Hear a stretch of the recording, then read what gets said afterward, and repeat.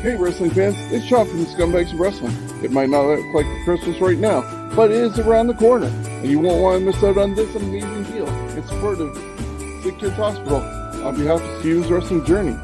Right now, if you contact me at scumbagswrestling@gmail.com, you'll get this amazing t-shirt designed by Nigel Lewis for just $30. And because it's Christmas, I'm going to throw in this stocking stuffer of a poster, 11 by 17, for free. Now you can still get this poster for $15, but you can get the whole combo for $30 right now until December 15th. So contact me at scumbagswrestling@gmail.com and support Sick Kids Hospital in Toronto and Steven's Wrestling Journey.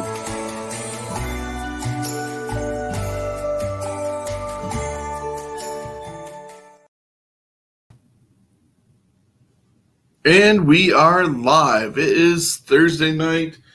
Yes, I have a LCBO bag, but need that out of the way.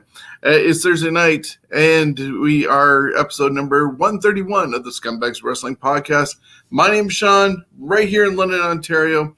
I want to thank each and every one of you for joining us, whether it's on Facebook, YouTube, or on Twitch. And later on, when you join us on our podcast, whether it's on Stitcher, Spotify, iHeartRadio, or anywhere else you get your podcast run, thank you so much for joining us each and every week. We'd love to have your input. We'd love to have you be part of the show if you'd like to have your input, your say.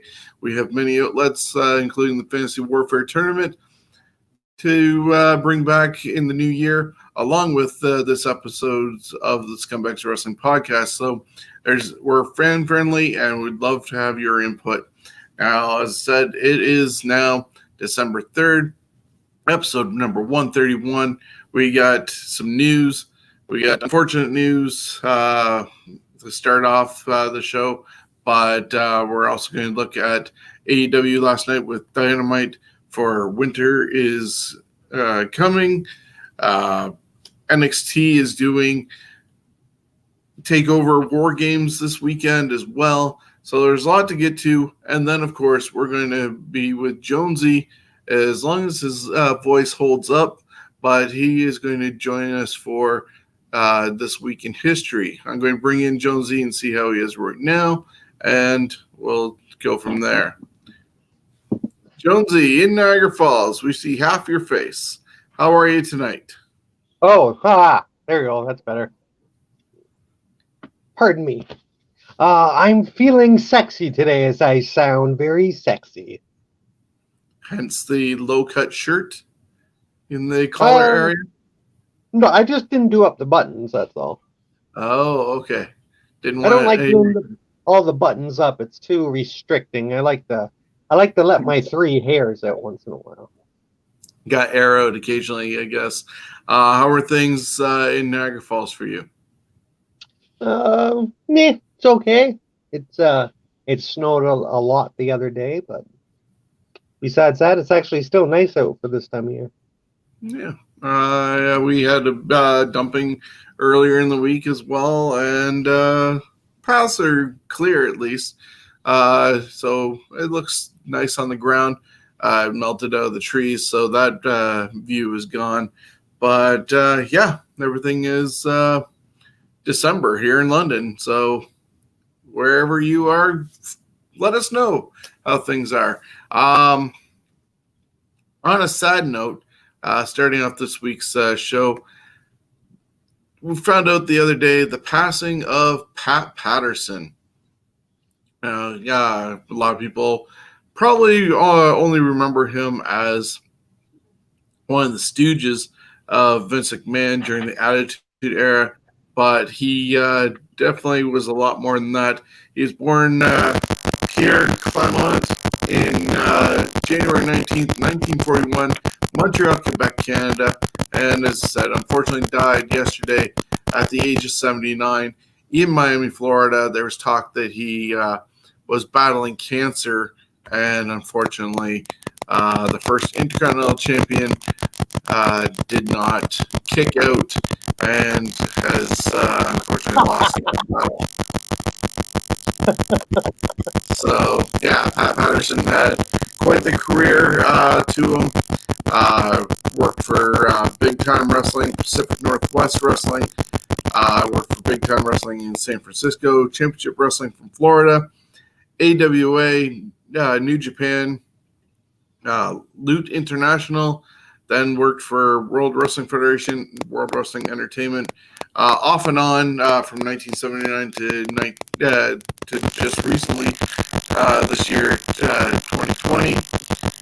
He was North American champion in 1979, Intercontinental champion, won in Rio de Janeiro after some imaginary tournament, if you look at history. But he did beat Ted DiBiase to become the first Intercontinental champion in 1979 as well. He had various roles from 84 to 97. 97, he ended up becoming one of Vince McMahon's stooges until 2000, and he had a lot of backstage roles off and on. People will also remember the fact that Pat Patterson was the creator of the Royal Rumble.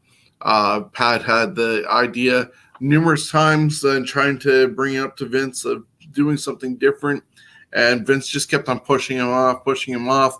And then all of a sudden, I think it was Dick Ebersol or somebody wanted something for a special show, which ended up being on USA Network, coming from Hamilton's Coliseum in 1987.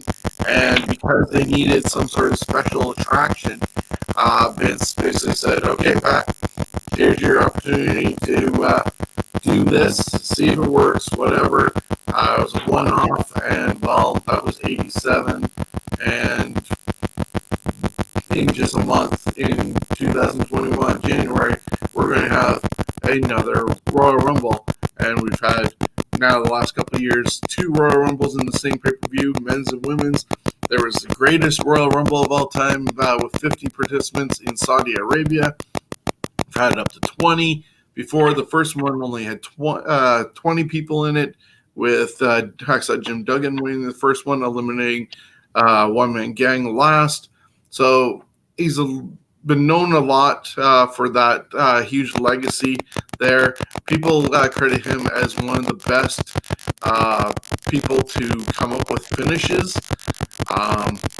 When I mentioned it the other day, or posted it the other day on our Facebook page, Jonesy, you ended up mentioning the fact that you liked him on Legends House. Yes, I did. I thought he was a very funny person on that. Actually, a guy that I would love to have had a drink with. Yeah, he had one of the worst kept secrets in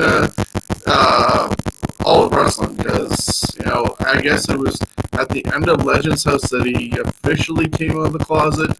But everybody knew they had a boyfriend or long-term relationship in WWE. He unfortunately passed away as well, but it was, known and not known either. Like, people knew, so it wasn't a great revelation when it came out on the end of Legends House. And I guess his signature song, My Way, definitely exudes what Pat Patterson did. Oh. His whole career was done his way.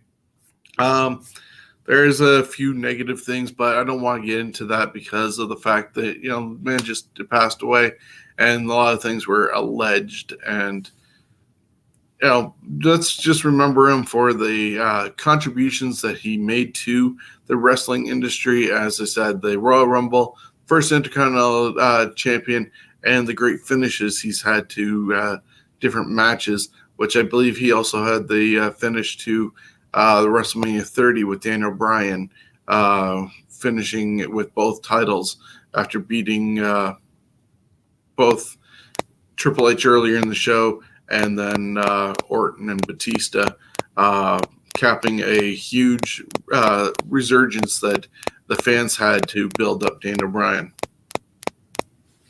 So that, unfortunately, is Pat Patterson passing. And time to move on to some news and notes. UWN, United Wrestling Network, was hit with COVID, and they're stopping until 2021. It's not overly known. It was a pay-per-view. You can buy 4-week packages on Tuesday nights. They were teamed up with the NWA and a couple other organizations. NWA just ended up putting out Shockwave on Tuesday as well, and that was basically 3 matches from the first UWN show. So yeah, you can either pay for it or wait for NWA to put it out later on. So that's what's going on with them. Vince McMahon is not happy with talent and producers currently going overtime. They're a lot of time on TV as it takes away from the ending of shows and makes them have to rush spots and finishes. Talent were not happy with Raw opening this week with the moment of bliss and everything that happened with Randy Orton. But of course, Vince McMahon has the last say, and he ignored everybody and opened the show with that. But it had a little bit of weird inconsistency as well, because when they were talking back and forth, looking like they were using each other, and the lights went out for the Fiend to come out, all of a sudden Bliss is in Orton's hands, in his arms, but she's not fighting the fact that she's there. Like, it was kind of odd, and then almost like a hostage situation, he handed her over to the Fiend and then got away. I'm guessing they're trying to make having them the faces and Orton being the heel still. So, yeah, that's what's going on with that.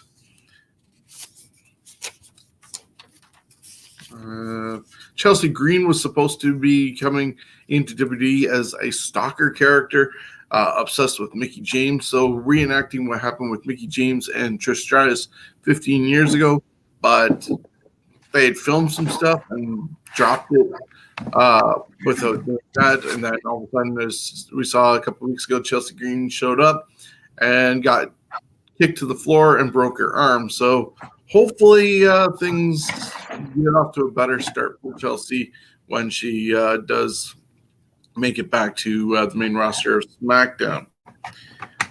New people added to NXT WWE recruits who just arrived at the PC include Des Wentz of the Rascals. Still no sign of Trey, but all 3 of them are gone from Impact Wrestling, and 2 definitely are part of WWE. Also, Alex Zane Eichmann from Japan. He was trained by Tajiri, and I missed the girl's name. She was a WNBA star, all recently signed to WWE. Some talent are reportedly not happy with Bruce Pritchard at the moment, and there's talk that Bruce likes playing games with people's careers, and he's the most powerful guy who's not named McMahon in the company. And Connor Thompson even stated that Bruce is kind of worn out and very exhausted with his WWE work and also doing the podcast still.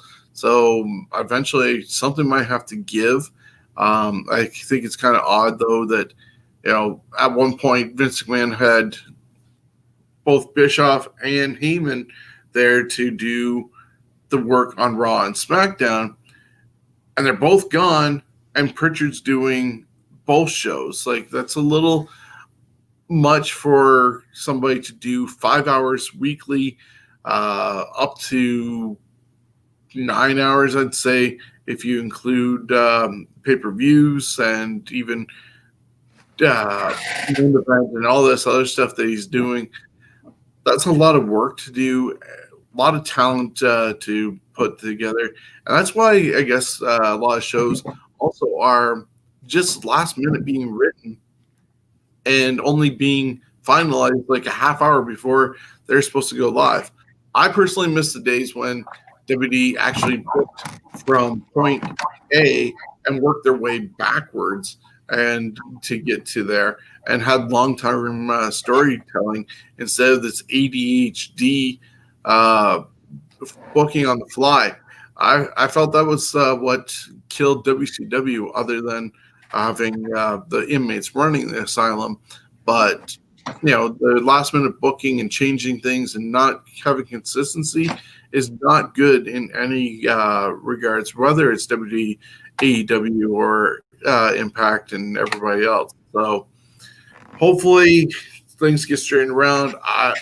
As much as I love Vince McMahon, I think it might be definitely, well, it has been for a while, time for him to step away and let it go in a different direction and maybe be more organized, where people are taking their fair share of the load. Your thoughts on any of that, Jonesy?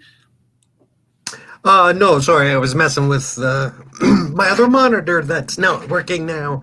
Just little computer problems today. Yeah, that's too much for one person to be the main idea guy for 5 hours. That's and again, why is it the same old friggin' farts? The same people that have been doing it for years. Yes, they could still be there and kind of in charge, but you need fresh people. You need fresh ideas. There's that. Plus, as well, I feel that it needs to be actually talent who know what's going on, have been there. The comedy writers and former drama writers can only get you so far. You need people who know the business and have imagination. There's talk that I've heard different things, that there's only like 7 actual story plots that you can do anytime, and of course you tweak things, but there's only 7 plots, so you tweak them. What's wrong with going back in time and finding out what worked and pull something from the NWA of the 70s or something like that, the AWA of the 80s, and make everything old as new again and freshen things up? Like, people have short attention spans and may or may not recognize some recycling, but there's nothing wrong with that either. Like, we've seen it. And I think there's little discussion last week, but I'd like to see things like the referees and the wrestlers actually have fun with each other, as far as if you're a tag team, especially if you're a bad guy tag team, you should be trying to make as many tags that the referee doesn't see to see how many times you can fool the ref. And to me, that might show the weakness of the referee, but that shows how much better that tag team is at doing that. And the referee will know that that team tries to do that.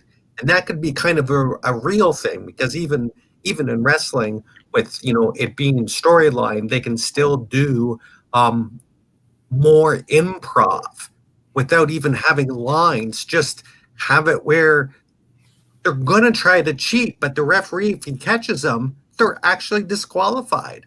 Have some matches that are kind of shoot matches. They're still, kind of played out, but it doesn't matter who wins. And that's been the problem as well. There's hard time to get actual heat, when people know what's going on. Like, okay, the fourth wall has been broken down, but you look at certain people, they can still get legit heat.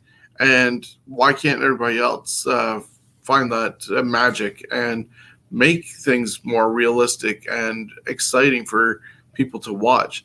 Like, I just don't get it at times why it's gone the way it has. It's become more of a television show, is what it's become. Yeah, it's unfortunate. Speaking of TV shows, TLC is still being worked on. There might be 4 matches verified, but they've only officially announced one of them, with McIntyre defending against AJ Styles, and that doesn't even have one of the TLC components attached to it as a gimmick. I think that's where they pigeonhole themselves, unfortunately, with naming a pay-per-view like TLC, where you're expected to have tables, ladders, and chairs.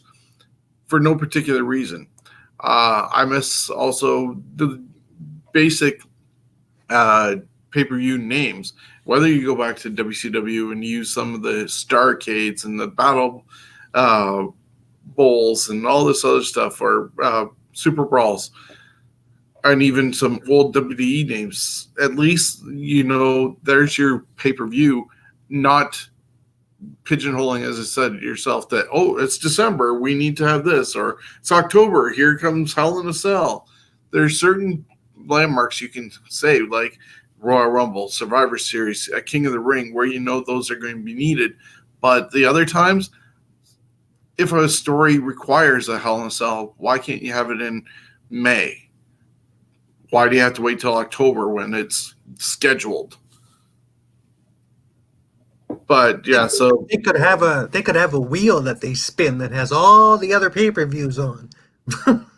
there you go. So yeah, hopefully things get straightened up soon, because TLC is going to be on December 20th, and there could be last-minute booking as well. Raw was, as I said earlier, a total mess. So was SmackDown, with things only getting finalized minutes before going on the air.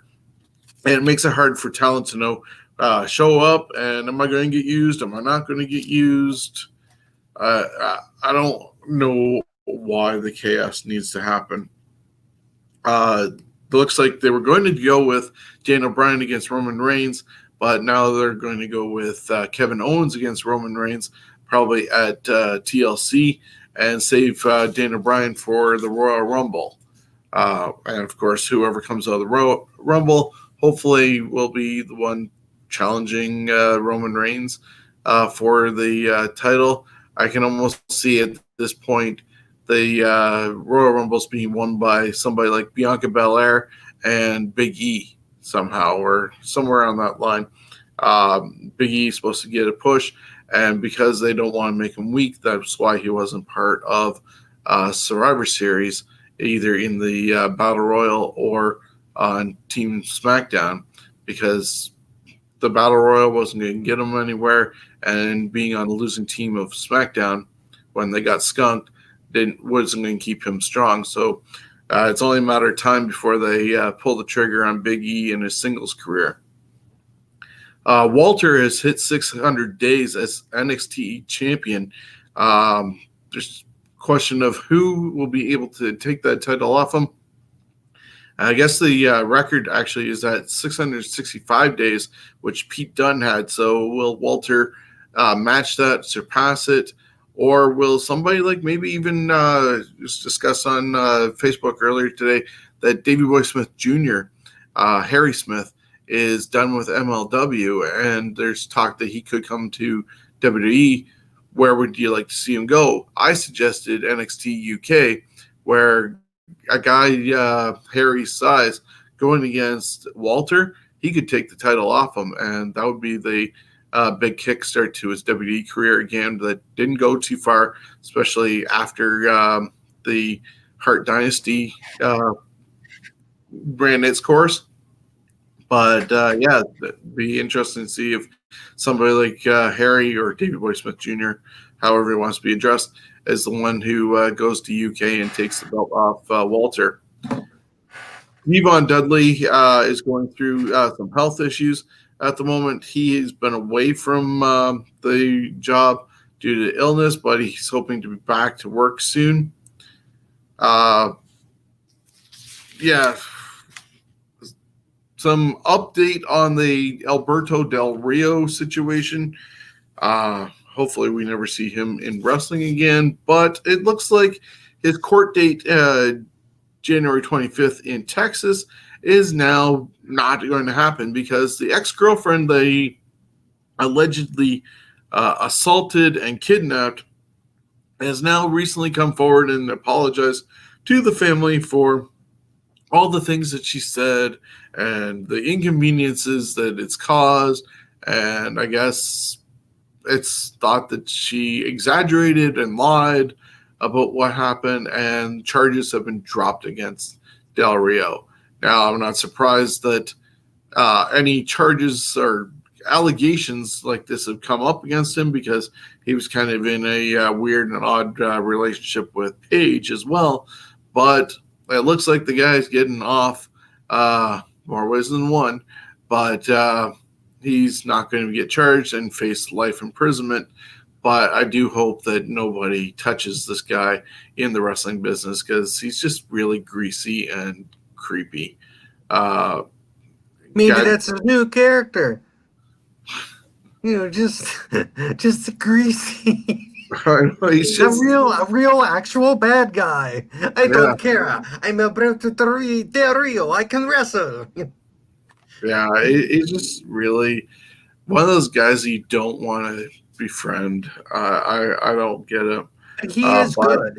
He is a good wrestler, and he's entertaining. Oh, I get that, but unfortunately, just as I said, he's kind of really greasy and a true life scumbag, making scumbags look bad. But yeah, hopefully things get changed around with that. Jimmy Rave has retired from wrestling. He had a 21-year career, did a couple of dark matches, I guess, or matches on Heat. He also worked for Ring of Honor and Impact. I guess he ended up with an infection in his arm, and the doctors had to amputate his arm just to stop it from spreading any further. So, of course, with one arm, he doesn't feel like he can continue with his wrestling career. Zach Gowen did it with one leg, but yeah, understandably, Jimmy Rave is hanging up his boots for now and retiring. Hopefully, his 21 years of experience can be used elsewhere within wrestling, and he can still live that passion and pass on some information, maybe. Yeah, maybe he can become, a teacher. He just won't, be the guy you'll go to show how to do arm drag. An arm drag. I honestly admit this, folks. I'm going to hell, but it's one of those days. The Thunderdome will have some issues when they move to Tropicana Field. Apparently, there's some sound issues because of how big the baseball park is, and so they're going to have to solve those issues. Plus, Tropicana Field has a colony of pigeons that take up residence. If you've ever seen any baseball games from there, there's pigeons like on the feet away from the mound during games, and so this will be interesting if they're not able to get rid of these pigeons, and all of a sudden you see something happen during one of the matches. Who knows? But too bad Brooklyn Brawler wasn't still around. That'd be great entrance for him. Walk through the pigeons. Yep. So that's happening. Congratulations to Leon Ruff and WWE referee Aja Smith. They just recently got engaged. Ruff is the current North American champion in NXT, and Aja, I believe, is also reffing in NXT at the moment as well. Jeff Hardy is said to be okay after a huge bump that he took on the steps when he did his swanton onto Elias this past Monday. Really crazy bump. I'm not sure if you saw it, Chris. The stairs where they are by the ring, there was a table laid out with Elias, and Jeff did a swanton, but as he went through Elias, his back of his head hit the stairs. It definitely looked back on YouTube. It's probably there, but it was quite the scary bump. But he was able to get the pin on Elias, waved off the referee saying he was okay, but definitely a bump that should not have happened. Like, he should know by now not to do stupid things like that. Move the stairs or go out a little bit further so more of his back was going to be across Elias. But it was really tight because you had the stairs, the table, and the barricades that are there before you get into the crowd spot of where the TV monitors are. But thankfully, Jeff Hardy is okay. WWE is still teasing a possible heel turn with Sheamus on Drew McIntyre. Current storyline has them being best friends and former tag team partners over in the UK, and Sheamus getting a trunk from his family to give to Drew, and everything. They were hinting at it the other day with Miz and Morrison, but he hasn't turned heel. He's still acting the babyface role, but I feel, like most, that it's only a matter of time before he turns on his best friend and goes after the championship, whether it's at the Royal Rumble or they hold off a little bit longer.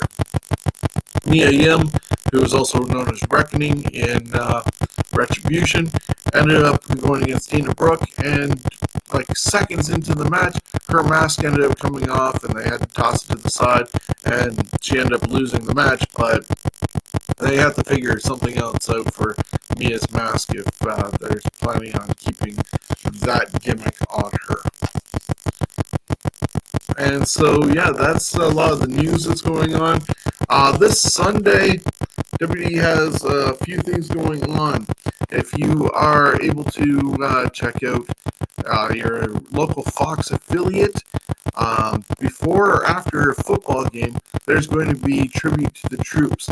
I haven't heard if the Sportsnet is going to have it here in Canada, but on Fox you can catch tribute to the troops. They brought it back. They didn't do it last year, even though they recorded an episode of it. There's going to be some band named Hardy, not Jeff Hardy's band Oxygen or anything like that, or whatever you pronounce it as. But 3 matches that are scheduled and been recorded for this 1 hour special include Sasha Banks and Bianca Belair teaming to go against Bayley and Natalya. Drew McIntyre is going to have a non-title match against The Miz, who's your current Money in the Bank briefcase holder. And there's going to be a 10-man tag team match featuring Daniel Bryan, Rey Mysterio, Jeff Hardy, and the Street Profits taking on King Corbin, Elias, Sami Zayn, Dolph Ziggler, and Bobby Roode. And as I said, that's a 1 hour special Sunday, sometime during the day on Fox, either before or after a football game. So check your local listings and see what happens. Also Sunday is going to be NXT Takeover Wargames, which I have a graphic for. I don't have the graphic for the one match that's going to happen, which is just signed last night. Yeah, concerning Timothy Thatcher taking on Tommaso Ciampa, former NXT champion. For that one, I see Thatcher probably picking up the victory. I guess he has a protege with him, and it would help further this feud along a bit because it just started last night, and I don't think it's good for Ciampa to win their first time out. Dexter Lumis and Cameron Grimes are going to face off against each other in a strap match. These two went against each other at Halloween Havoc in a weird little cinematic match that had him at a haunted house, and Grimes running from it and making his way back to the Performance Center. And then Loomis was there, and there was some zombies going on and all the other fun stuff. But I see Cameron Grimes picking up the victory on this one, even though Loomis used the strap on Grimes just last night. Speaking earlier of Leon Ruff, he is going to be defending his North American Championship against former champions Johnny Gargano and Damian Priest.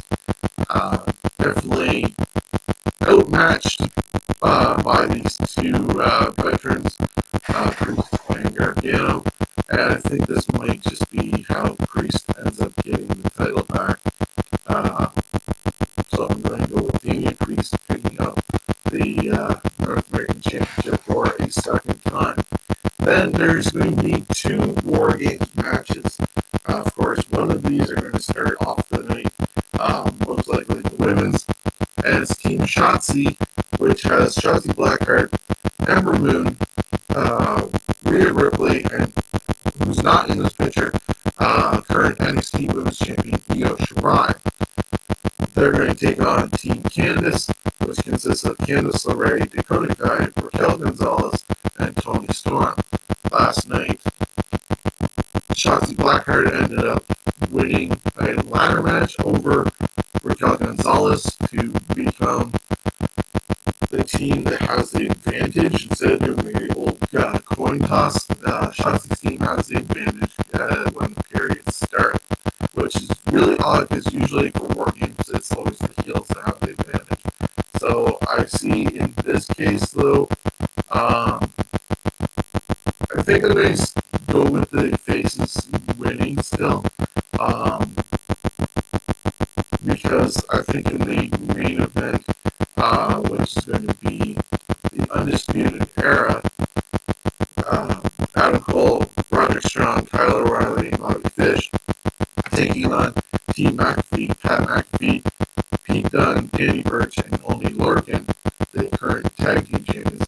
I see this is going to be where Pat McAfee's team picks up the victory. Now it's going to be one of two things that either, well, the other day, should I go back to a week ago, when Pete Dunne ended up winning the right for the heels to get the advantage in their War Games match. He won a ladder match against Kyle O'Reilly, and there was a figure in a hood and mask that helped Pete Dunne win. Now, I don't think it was Pat McAfee, or because he would have been out in the open going, hey, look, it was me who did it. That unknown person is going to be who costs Undisputed Era the match. Now, I'm not sure if it's a member of Undisputed Era, like, say, a Roderick Strong, who is turning on his team, or I thought also it could be somebody like Tyler Bate, who could be joining Pat McAfee's team. They competed a lot against Pete Dunne, Mustache Mountain, along with competing against Danny Burch and Oney Lorcan, and that would be my guess who's under that. But whoever it is, I feel they're going to be the reason why Undisputed Era loses the War Games match. Plus, then there's going to be, I'm guessing, an appearance by the current NXT champion, Finn Balor. He should be getting better soon after breaking his jaw in 2 places after his match about 8 weeks ago with Kyle O'Reilly. So that's happening this Sunday on the WWE Network. It's NXT Takeover Wargames. And before we get on to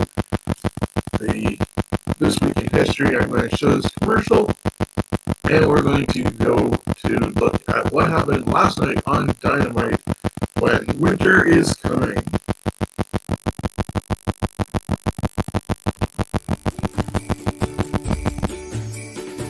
Hey wrestling fans, it's Shawn from Scumbags of Wrestling. It might not look like Christmas right now, but it is around the corner, and you won't want to miss out on this amazing deal in support of Sick Kids Hospital on behalf of Steven's Wrestling Journey. Right now, if you contact me at scumbagswrestling@gmail.com, you'll get this amazing t-shirt designed by Nigel Lewis for just $30. And because it's Christmas, I'm going to throw in this stocking stuffer of a poster, 11 by 17, for free. Now you can still get this poster for $15, but you can get the whole combo for $30 right now until December 15th. So contact me at scumbagswrestling@gmail.com and support Sick Kids Hospital in Toronto and Steven's Wrestling Journey.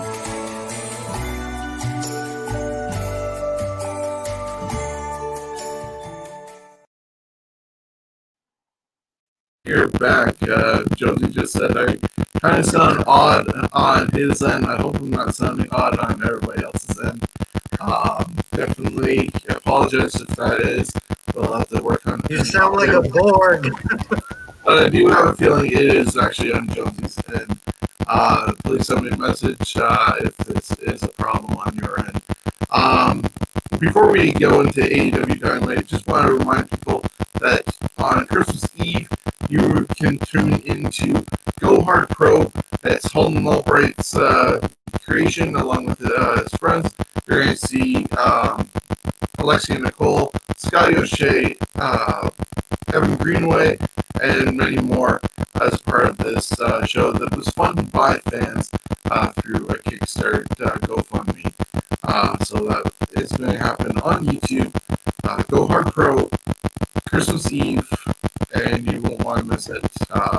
Hopefully everything is still able to go off. I'm not sure what their setup is going to be able to get around the COVID provincial restrictions that are in place and keeping everybody healthy.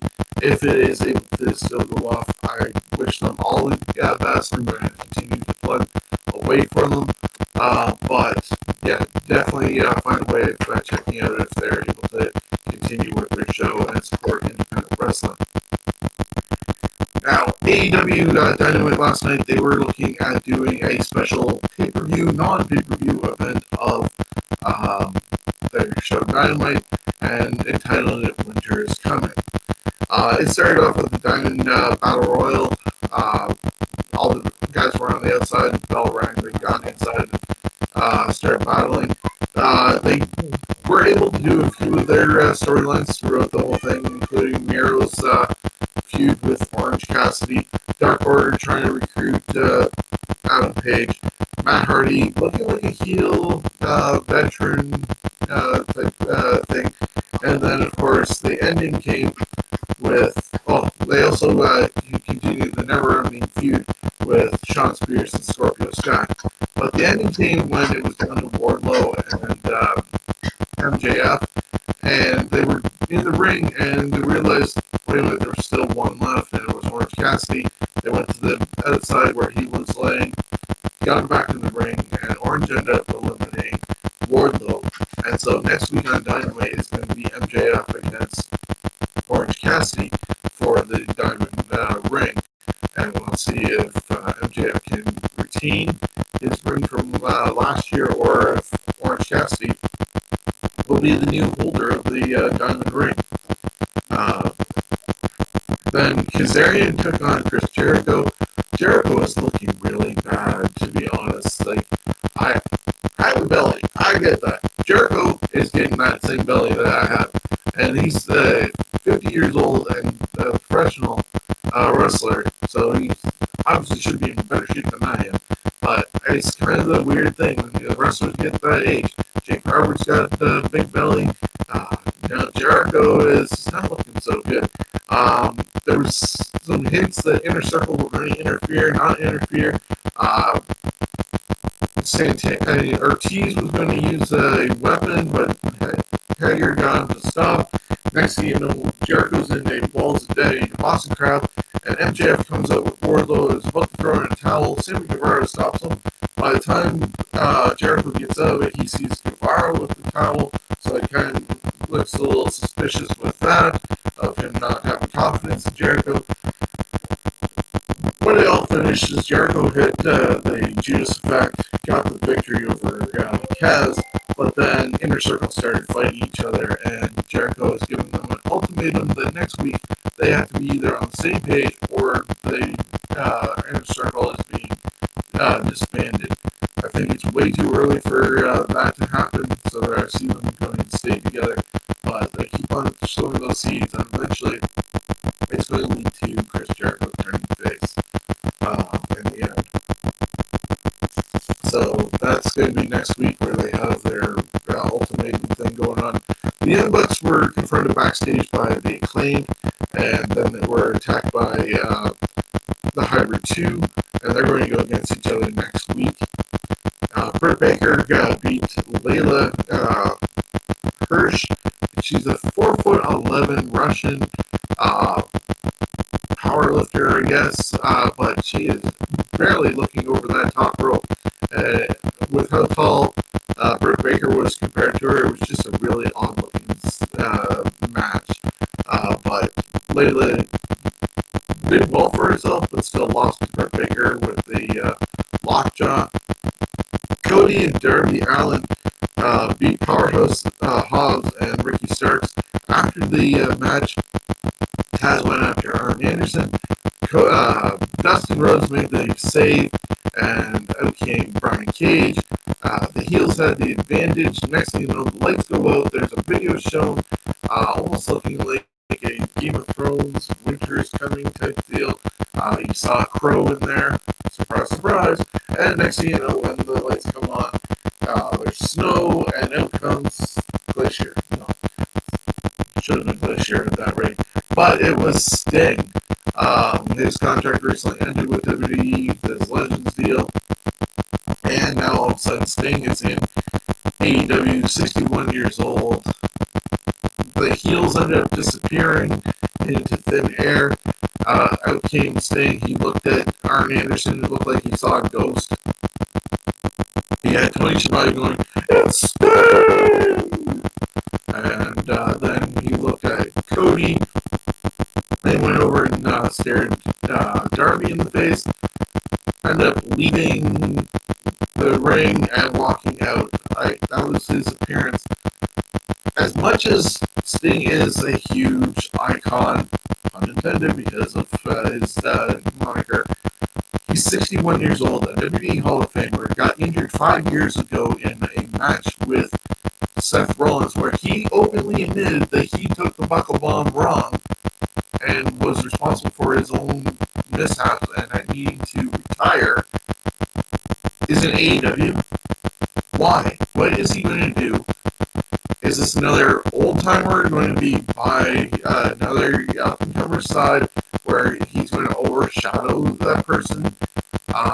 And it once again harkens back to AEW cannot let WCW just die and form their own path.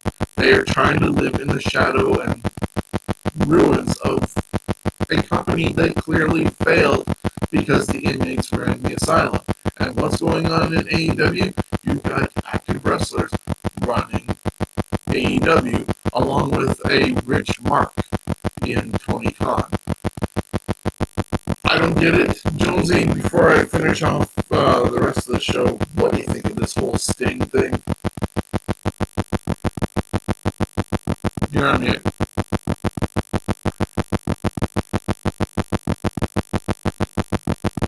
There you go. No, I muted it because I was seeing.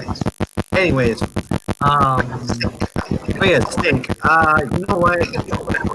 He can do whatever he wants, but it's the same old. It's like WCW is back again. Yay! TNA. I mean not TNA. AEW.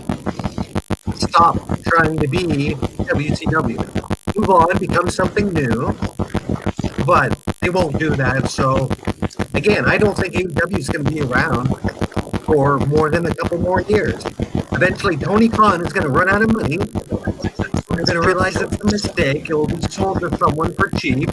It will continue, but it will just be a little fragment again of what it could have been. Yeah, I get and I respect history. That's why we do the whole This Week in History type deal. And honoring the legends, I get. But when you look back on it, the TNT title looks like the old NWA WCW television title. Right down to the red strap and the silver or white gold embossing of it. You have Tony Schiavone, JR, Arn Anderson, Tully Blanchard, now Sting. You have War Games or Blood and Guts, using old names of WCW pay-per-views that are not trademarked by Vince. You had Eric Bischoff show up. When does this end? Why is Cody always living in the shadow of his dad? Dusty was a great wrestler. He knew how to book things. And there's no problem in honoring Dusty. But when you're living for trying to rectify what he did or resurrect what he did and bring it to the forefront again, it's not giving us a new product. It's giving us a rehash with insert character A, but still giving us get it? I wish they'd explain it to us. So that was this segment with Sting, which, though, to his credit, he has a lot of merchandise on Pro Wrestling Tees that sold out sold the most merchandise ever in 24 hours or less. So you may or may not be able to get some Sting merchandise from Pro Wrestling Tees, but if you do, you're not going to be the unique item because everybody's buying it. Anyways, Alex Marvez was backstage with the Women's Champion Sheeta and talking about Abaddon going after her. She said that Abaddon is just a cosplayer and she's not worried about her. Then something fell and she acted scared and quickly got out of there but asked to redo it. And so it was almost that whole Psycho Sid, hey, can we redo this? And nope, we're live, pal. Even that exact line was, we're live, pal. So they're waiting for them to sit there, and she ended up running off. And they're actually maybe a little bit of a story for the women. It changed after a year and a half. But then we saw the main event. Jon Moxley defending the AEW Championship against Kenny Omega. Kenny is back being the cleaner from his New Japan times. Don Callis, who is a good friend of Kenny Omega, both from Winnipeg, Manitoba, Canada, and grew up or worked together. He was on commentary. They even acknowledged him as being one of the executive vice presidents of Impact Wrestling. This was not Don's first appearance on AEW, so it made sense that he was there for this to support his friend Kenny Omega because he was invited again to be there. The match went back and forth between the two.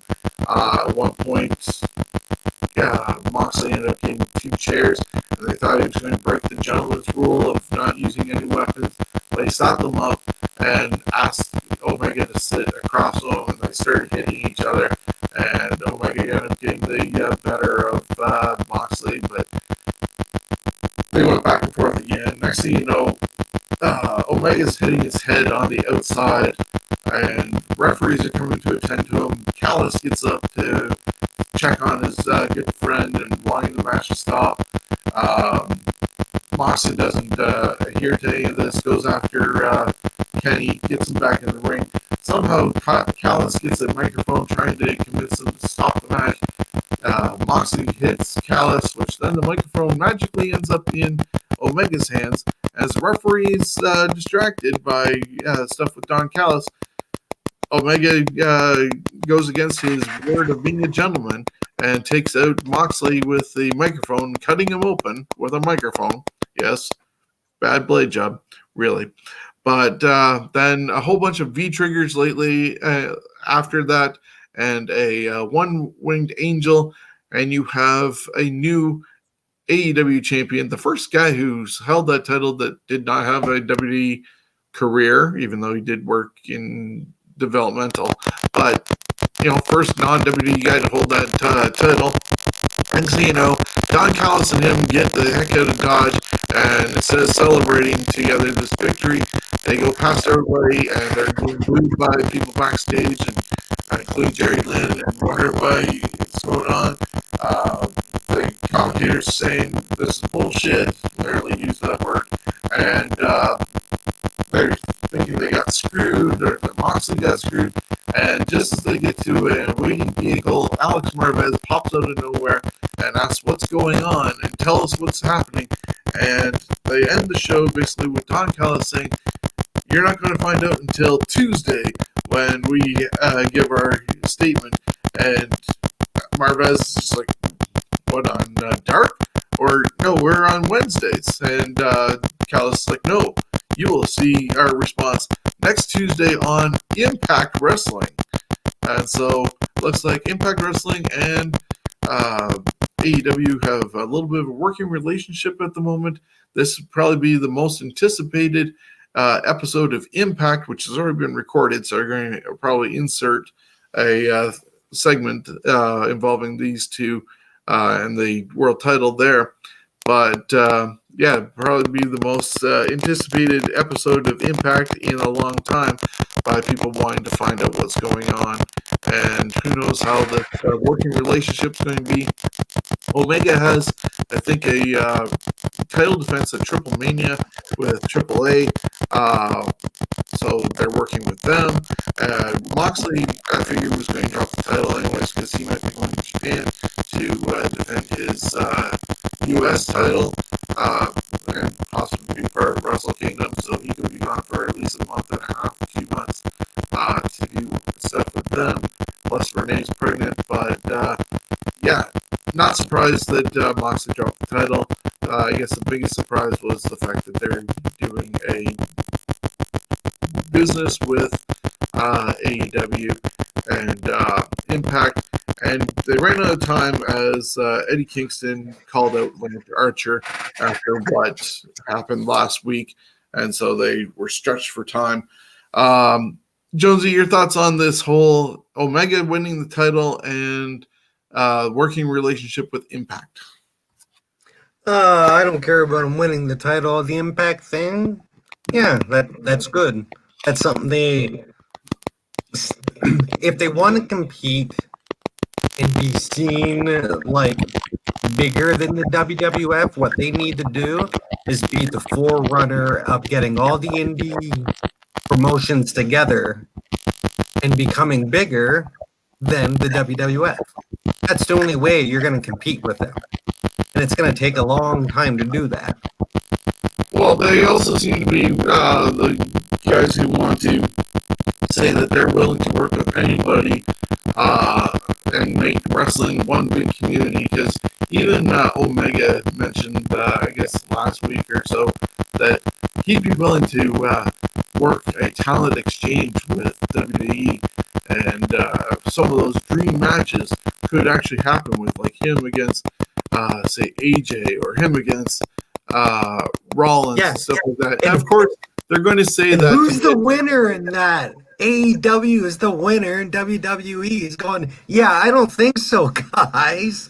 Yeah, it's exactly like how WCW tried to call out Vince McMahon and Bischoff wanted to fight him. Bischoff did all this calling out and wanted to work together, and Vince is just like, no, I'm not showing up on your product.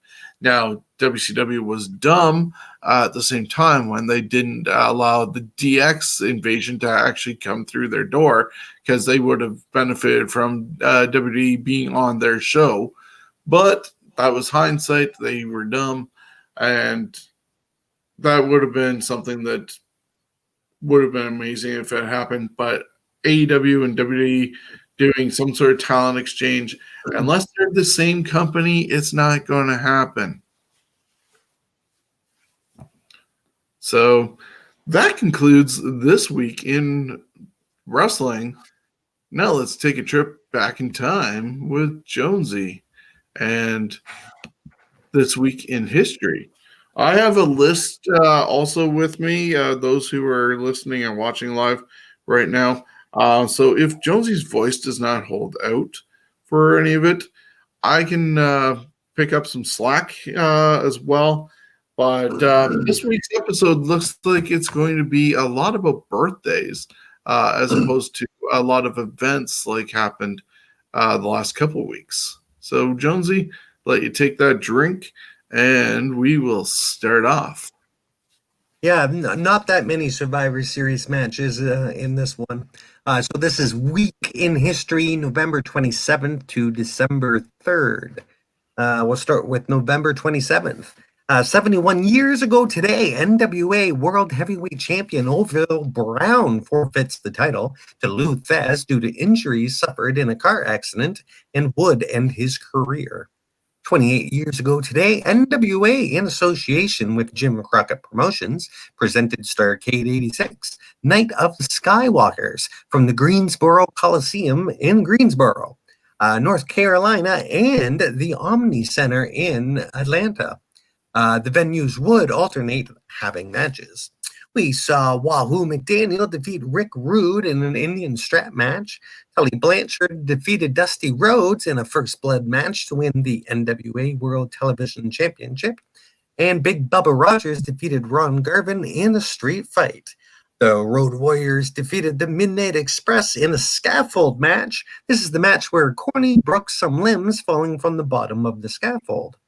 NWA World Heavyweight Champion Ric Flair and NWA United States Champion Nikita Koloff wrestled to a double DQ. Koloff replaced Magnum TA because of his career ending after a car accident. 29 years ago today, WWF presented Survivor Series 91, The Gravest Challenge. FYI, this is the first Survivor Series that features a singles match of any kind. And in an odd bit of... Sorry? Totally ruined the concept of Survivor Series after that, when they started putting singles matches and stuff. Well, they let it become a regular event. I think adding a main 1 or 2 singles matches, important ones, that's fine. But once they start doing regular matches, it's like, fuck off. But anyways, and an odd bit of booking of the time, the championship match was slotted in the middle of the show. This would happen again the next year at WrestleMania 8. Ric Flair was the sole survivor, beating Piper's team. Sergeant Slaughter's whole team survived in a shitty match against Colonel Mustafa, the Berserker Skinner, in Hercules. In the Survivor Series match, The Undertaker defeated Hulk Hogan to win the WWF Championship. The Legion of Doom, Hawk and Animal won a rare 3-on-3 Survivors match after Sid Justice dropped out due to an injury, and Jake and Savage dropped out because of the famous snake bite angle. 21 years ago today, Yasuhiro Kojima, best known to wrestling fans as Hiro Matsuda, dies of colon cancer. He was 62.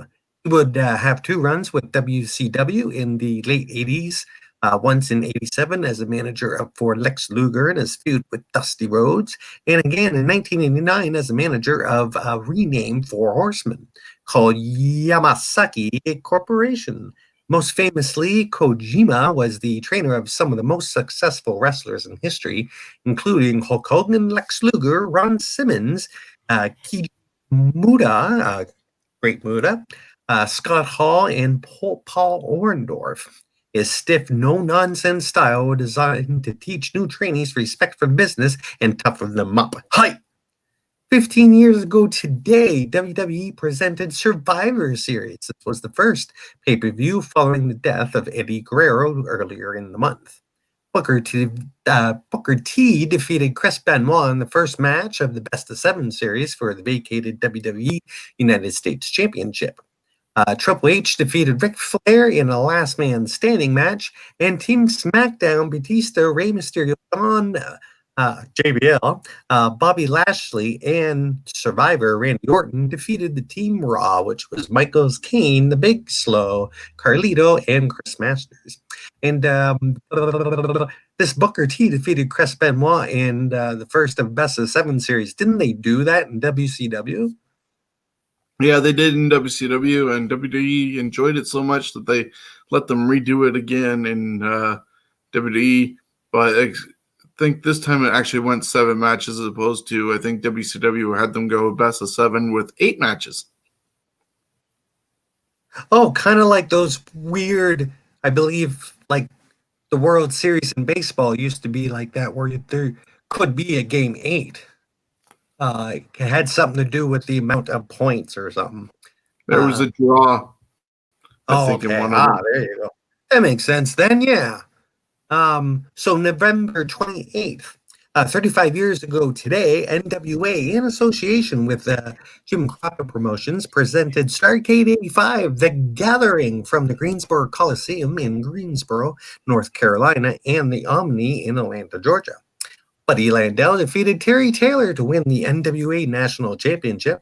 Magnum TA defeated Tully Blanchard in an I Quit steel cage match to win the NWA United States Championship.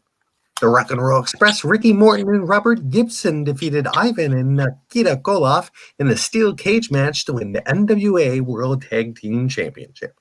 Dusty Rhodes defeated Ric Flair to win the NWA World Heavyweight Championship.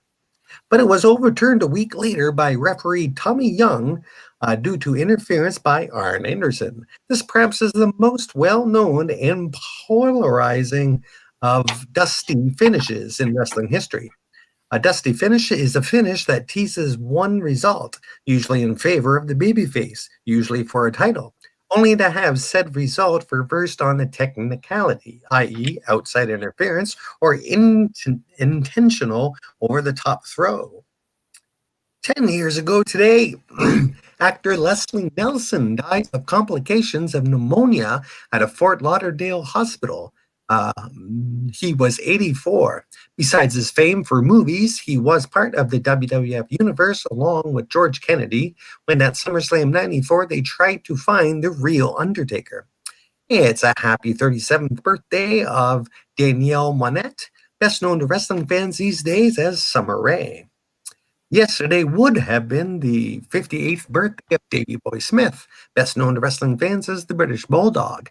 Was one half of the British Bulldogs with his cousin Tom, the Dynamite Kid Billington. The duo won the WWF Tag Team Championship in 1986. Smith struck it big on his own as a singles competitor, winning the WWF IC Championship, the first WWF European Champion, the Hardcore Belt, and also held the WWF Tag Team Championship gold with Owen. He was 39. At the time of his death, Smith had been training for a comeback and even wrestled 3 matches that weekend with his son Harry. An autopsy revealed that anabolic steroids and other drugs combined with the stress of his body led to his death.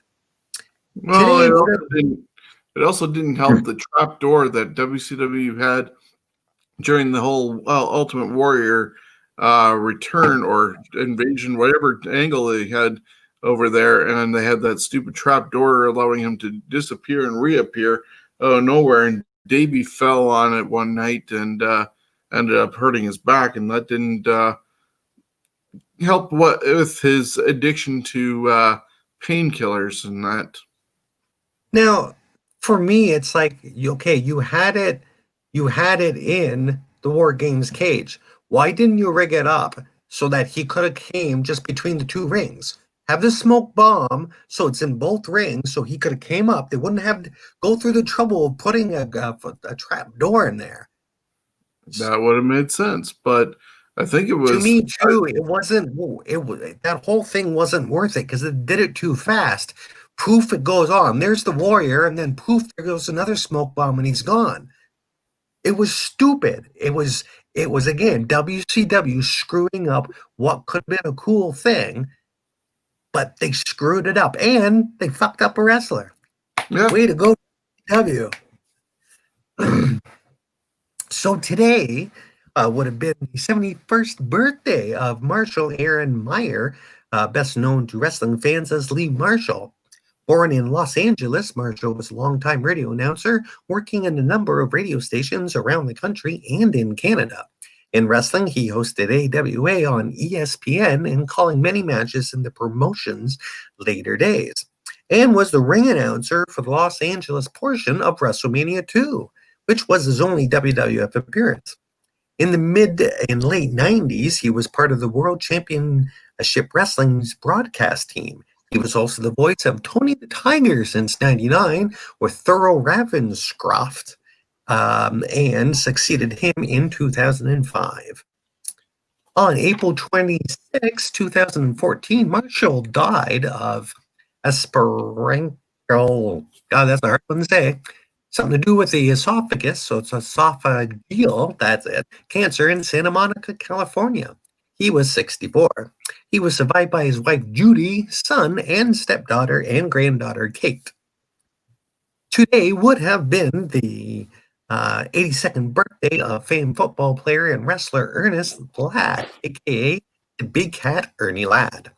Ladd was a part of 4 AFL championship games, all with the Chargers, and was part of the AFL championship winning team in 1963. He was a 4-time AFL All-Star from 1962 to 65. He was a part of the group of players that organized a boycott of the 1965 AFL All-Star Game due to racism experienced in New Orleans. The game was moved to Houston. Initially wrestling as a publicity stunt in the San Diego area in '61, Ladd began to wrestle full-time during the AFL's offseason. When a knee injury ended his football career, Ladd turned to wrestling full-time in 1969. He had championship matches with Bruno Sammartino, Pedro Morales, and Bob Backlund. After leaving the WWF, he wrestled for Bill Watts in the Mid-South Territory. In 1995, Ladd was inducted into the WWF Hall of Fame. 1 year earlier, he was inducted into the WCW Hall of Fame. I wonder where that plaque is. One of just 70 men inducted there. In late 2003, Ladd was diagnosed with colon cancer. Told he had at most 6 months to live, Ladd would survive for more than 3 years before succumbing to the illness on March 10, 2007 at age 68. At the time of his death, he was survived by his wife of 45 years, Rosalind, and four children. And if you'd like to handle this date, and I will re-wet my whistle. No problem.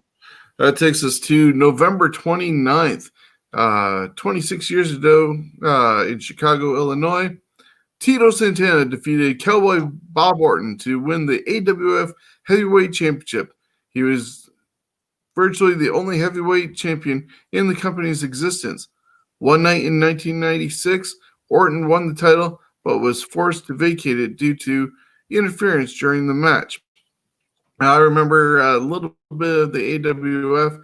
I thought it was a lot more like a WWF product with their old timers being moved over to there. I was going to college at the time when this existed, and Jonesy would end up recording them for me since I didn't have cable. Take them back home to my apartment and watch them. So I my God, I totally forgot about that. I have videos of these somewhere in a box existing in the city. And what is nice is that you can find pretty much the whole series on YouTube. And that's what I got thinking. I did share one of these episodes, I believe, with the Wrestling Nerds when they were doing a brief throwback Saturdays or whatever, retro Saturdays. Oh, yeah. But, I think I might end up bringing it to the Scumbags page and do a weekly showing of the AWF. And maybe we'll find some other classic, long-lost wrestling shows and have some throwbacks on our Facebook page. But, yeah, definitely the AWF is something to behold for sure. And that was 26 years ago with Tito. 22 years ago today, British wrestling legend Giant Haystacks died of cancer in his home in Peswich, England. He was 52 years old. Some neat facts about him. His birth weight was 14 pounds, 6 ounces. Haystacks later, Giant Calhoun, was named after American wrestling star William Calhoun. Devout Roman Catholic, he refused to compete on Sundays. He stood 6'11" and weighed 685 pounds at his heaviest. He would wrestle also for Stampede Wrestling in Canada, Catch Wrestling Association in Germany and Austria, WCW in the United States as Loch Ness. He was briefly a member of the Dungeon of Doom, as you see here in this picture. But following a cancer diagnosis, he returned to England. He was 52 at the time of his death. He was survived by his wife and 3 sons. Now, was this the guy that we seen at Medway Arena for a show? Possibly. I'm trying to remember. But, yeah. Are you tagging back in, or am I continuing? Oh, you're done today? No. 21 years ago on Monday Nitro, WCW television title was abandoned when Scott Hall threw it in the trash. Hacksaw Jim Duggan went garbage picking and dug it out and claimed it for himself as champion. 21 years ago on Raw, from Los Angeles. Triple H revealed on Titantron that during Stephanie's wedding test that he had drugged her up the night before when Mae Young and Moolah gave her a drink at the bachelorette party and took her to the chapel drive-thru in Las Vegas. That chapel actually has a lot of history. I believe Colonel Robert Parker and Sherry segment in WCW happened there. I think even in real life, someone involving either Jerry Lawler or Jim Ross and Jan ended up happening at that wedding chapel in Las Vegas. So definitely something to look up the history of that chapel. But with the good old days of drugging females and all that, and she still stuck with them and turned on her daddy later on at Armageddon in December. Test unfortunately didn't last much longer in WWE, or totally got actually pushed to the wayside. He did cut his hair and was part of TNA with Albert and Trish, but yeah, this ultimately led to a real life romance with Triple H and Stephanie. 10 years ago on Raw, Sheamus defeated John Morrison to win the 2010 King of the Ring tournament. 9 years ago today, comedian Patrice O'Neal died of complications due to a stroke in Englewood, New Jersey. He was a member of WWE Creative in the early 2000s, and he was just 41 years old. Happy 52nd birthday, or would have been 52nd birthday, to E.G. Ezaki. I probably butchered his name, best known to fans as Hayabusa. He spent the majority of his career in frontier martial arts wrestling and was generally regarded as the face of the company. He wrestled briefly in Mexico in the mid-90s and one match in ECW in 98. His career ended in 2001 after a botched springboard moonsault, causing him to lose footing and landed on his head. He cracked 2 of his vertebrae and left him paralyzed for a year. FMW would close down 4 months after his retirement.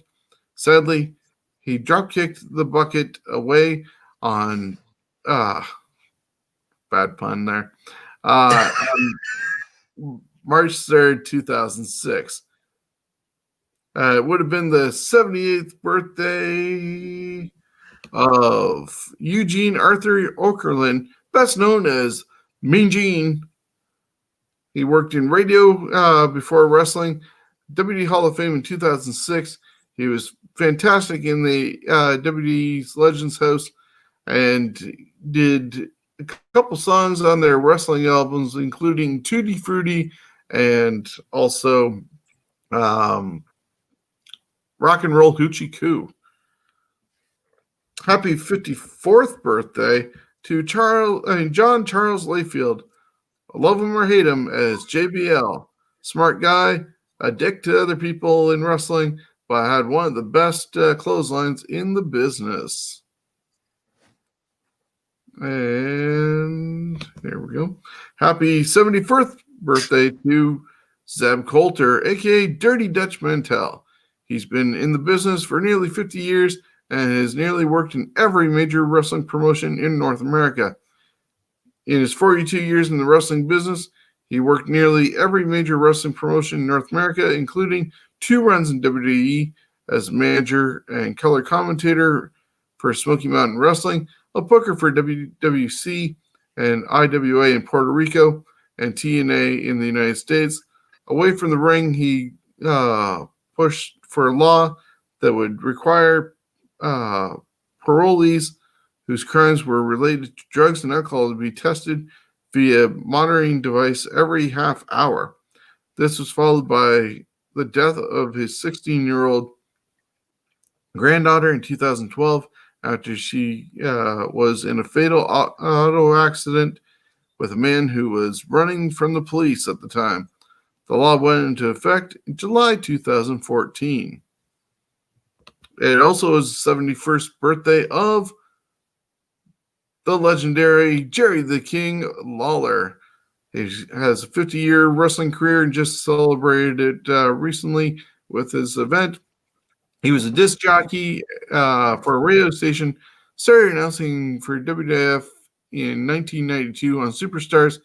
He had a heart attack on air during an episode of Raw in 2012 in Montreal and was saved by Michael Cole and returned just 2 months later. He twice ran for mayor in Memphis, finishing third in 1999 and fifth in 2009. Waller is also an accomplished commercial artist and is an avid Browns and Indians fan, plus a collector of Coca-Cola memorabilia. He was inducted into the WWE Hall of Fame in 2007, and I was at that one in Detroit at the Fox Theater just before WrestleMania 23, the same night that his good friend, good old JR, was also inducted. It's neat how we add our own little tidbits as we're going through what's written on here. So, November 3rd, November 30th, as I screw up, 41 years ago today in Tokushima, Japan, Antonio Inoki defeated Bob Backlund to win the WWF Championship. He would vacate the championship a week later in Tokyo following a rematch that went to a no contest due to interference by Tiger Jeet Singh.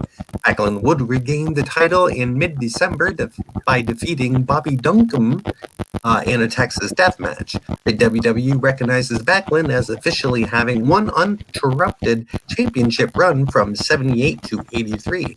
But don't feel bad for Inoki.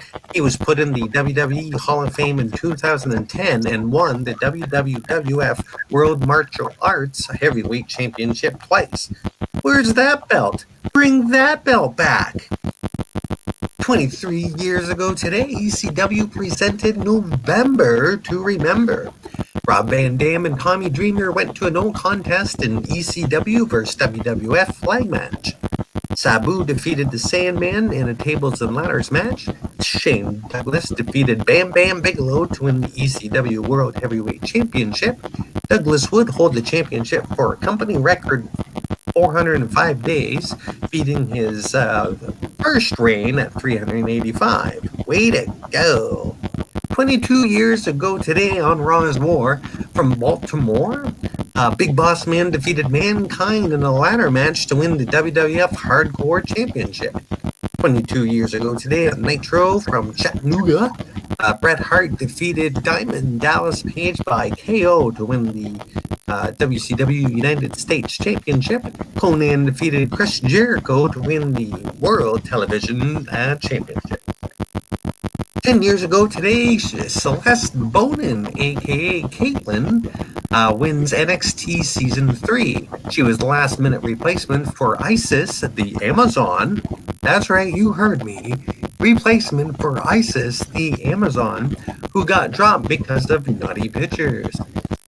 It's a happy 47th birthday to William Jason Riso, best known to wrestling fans as Christian. Riso signed with the WWF in '98 after winning his first championship in his in-ring debut. That was light heavyweight belt. And actually next week on Wrestling History, there's a bit on that light heavyweight belt and perhaps some history about it you did not know existed.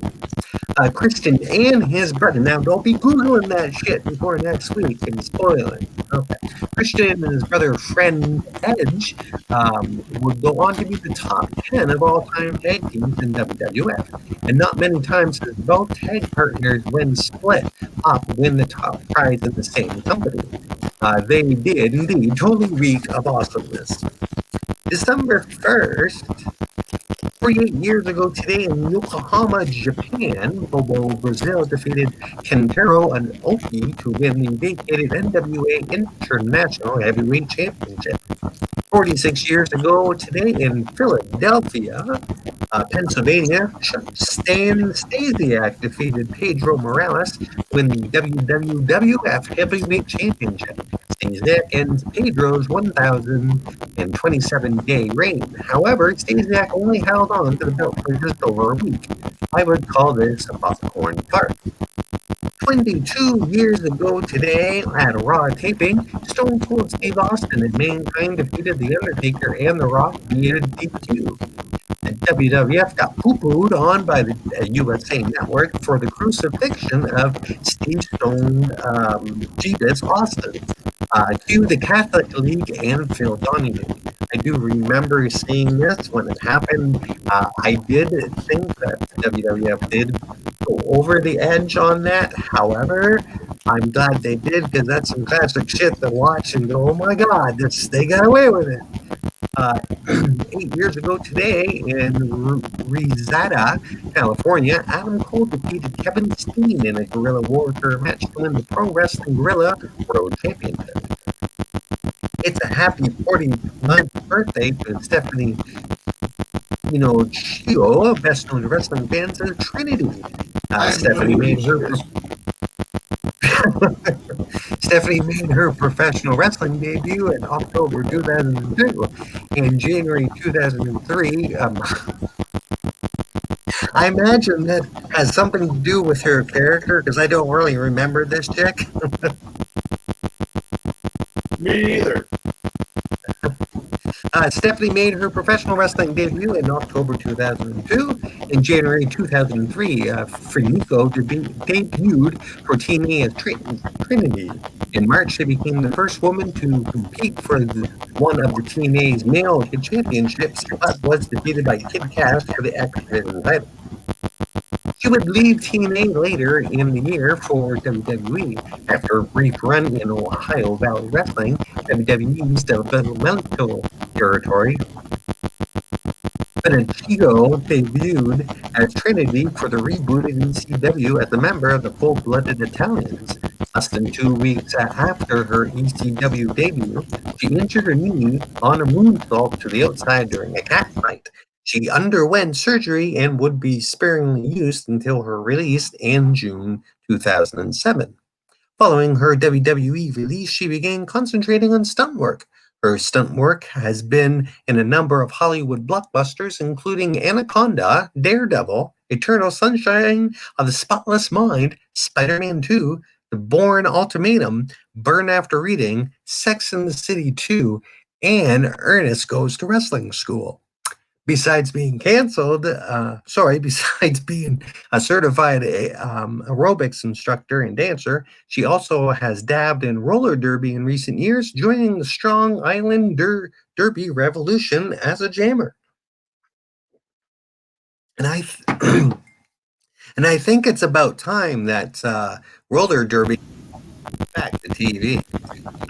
December 2nd, 51 years ago in 1969 in Osaka, Japan, Dory Funk Jr. and Antonio Inoki fought for a 60-minute draw for the NWA World Heavyweight Championship. 23 years ago, British wrestling legend Shirley Big Daddy Crabtree died of a stroke in Halifax General Hospital in his hometown of Halifax, England. He was 67. He was a second generation wrestler. He at one time held the Guinness Book of World Records for a 64-inch chest. Shirley also had a brother and 3 nephews in the wrestling business at the time of his death. 20 years ago today, WWF presented Rebellion 2000 from the Sheffield Arena in Sheffield, England. The only belt to change hands saw Crash Holly defeat William Regal to win the European Championship. 13 years ago today, TNA presented Turning Point from Impact Zone, TNA's version of Money in the Bank, the Feast or Fired match. In the bout, about a dozen competitors fight to grab one of 4 briefcases hanging on poles. They can only claim the prize if they leave the ring with both feet on the floor and the case in their possession. The match continues until all 4 cases are claimed. On the first impact following the match, the contents of the cases are revealed. A la deal or no deal. The cases contain one of the following: a TNA Heavyweight Championship match, a World Tag match, a TNA X Division, or a pink slip. And kind of the stupid thing about this is once they won it, but before it was revealed, like trade it back and forth and all this goofy shit, and I'm not putting all that in because my God, it was so confusing. That's when it's not supposed to be confusing. Anyways, on that card, we saw Scott Steiner, Senshin P.G. James, and P. Williams each won one of the briefcases. And really, I don't care who won what after that. Abyss and Raven defeated Black Rain and Relique in a match of 10,000 tacks. That could be one to YouTube. Kaz and Booker T defeated Christian Cage and Robert Roode. 10 years ago today, Hassan Hamad Assad, born Elvin Burke Jr., aka MVP, asked for and is given his release from WWE. He would end up in New Japan Wrestling as the first ever IWGP IC champion in 2011. And it's a happy 54th birthday for Kensuke Shinzaki, best known to wrestling fans as Jinsei Shinzaki or Hakushi. A pioneer of the luchador style that would be embraced worldwide in the 90s, Shinzaki began with Universal Lucha Libre in 91 as the masked Mongolian Yuga. In 94, he joined the WWF as Hakushi, meeting White Dats or White Master. After leaving the WWF and a brief stunt in ECW, he returned to his native Japan. Shinzaki is also a co-founder of Sendai Girls Pro Wrestling, along with Yoshihiko Satomura. And he was a great wrestler. WWE didn't know what really to do with him, but at least he did get seen by North American audiences. And he's one of my favorite kind of B-listers, if you will. December 3rd. Bret Hart. Sorry? Great matches with Bret Hart. If you go back to Yes. The In Your House series, they did a couple of really good matches against each other. And then he got turned face and was hooked up with Barry Horowitz. Yeah, he could have just remained either bad or just a mysterious guy, kind of in between character. Didn't really matter if he was good or bad. 25 years ago, we're on December 3rd here. 25 years ago, WWF presented This Tuesday in Texas. Dark matches, Ric Flair defeated Roddy Piper. Pay-per-view matches were. That was a dark match. By the way, Ric Flair defeating Roddy Piper. That's a pretty damn good dark match. Bret Hart defeated Skinner by submission to retain the WWF IC Championship. Randy Savage defeated Dick Roberts post-match. Roberts bitch slapped Miss Elizabeth. Hulk Hogan defeated. Now, where the hell was Hulk Hogan then?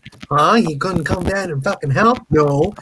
Hulk Hogan defeated The Undertaker to win the WWF Championship. However, it would be vacated for the 92 Royal Rumble.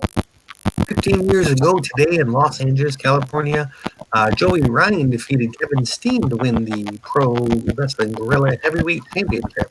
Boo. And last, hey, what boo? The guy who defeated Kevin Steen. Oh, Joey Ryan. Yeah, boo. He's been in some hot water of late, but he is a good performer.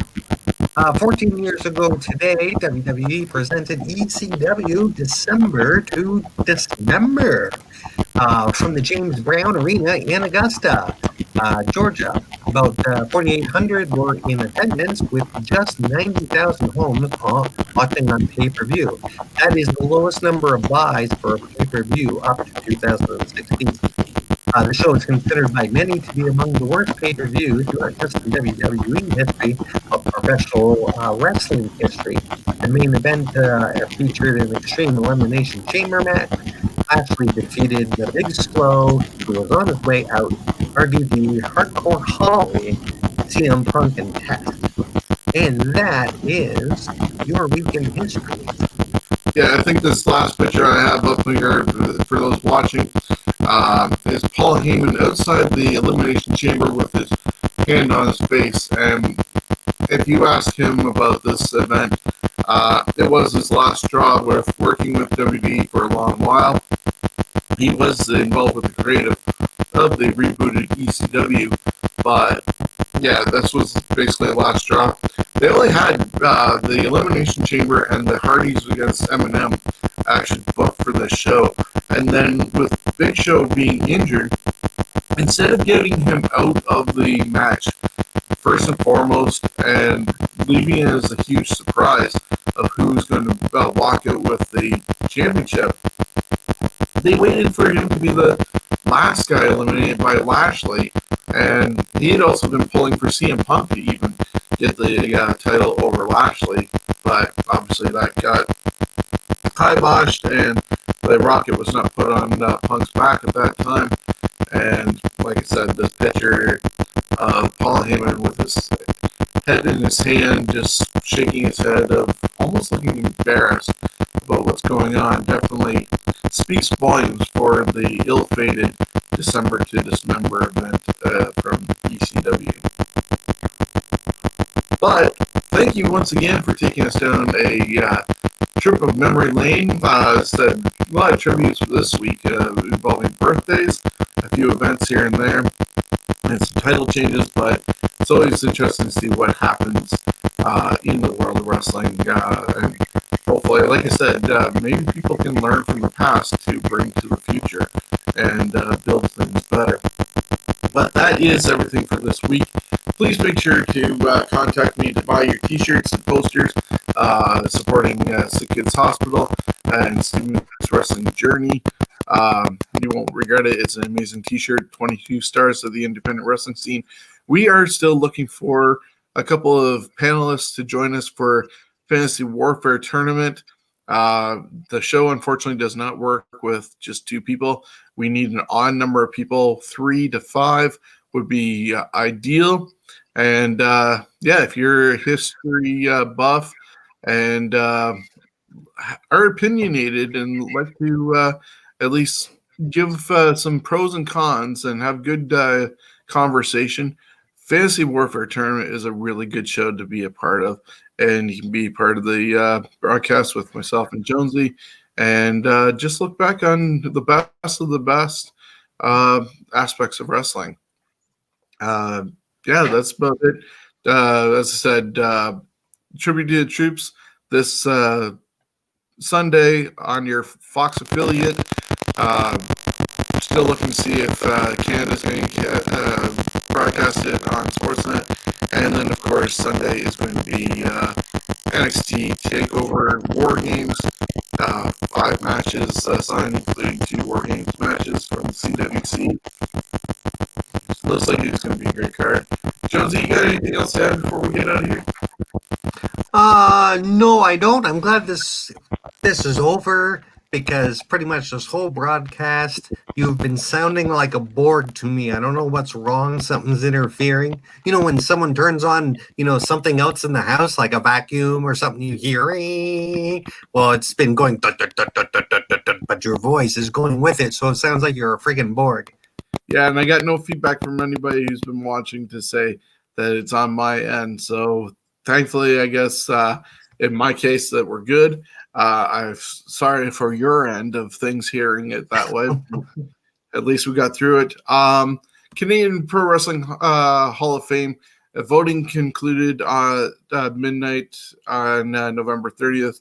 So thank you, everybody who did vote for that. We'll be making an announcement of the actual inductees very shortly. That will happen also on a show with Chris Maloney and myself on January 18th, 12th anniversary of CWN.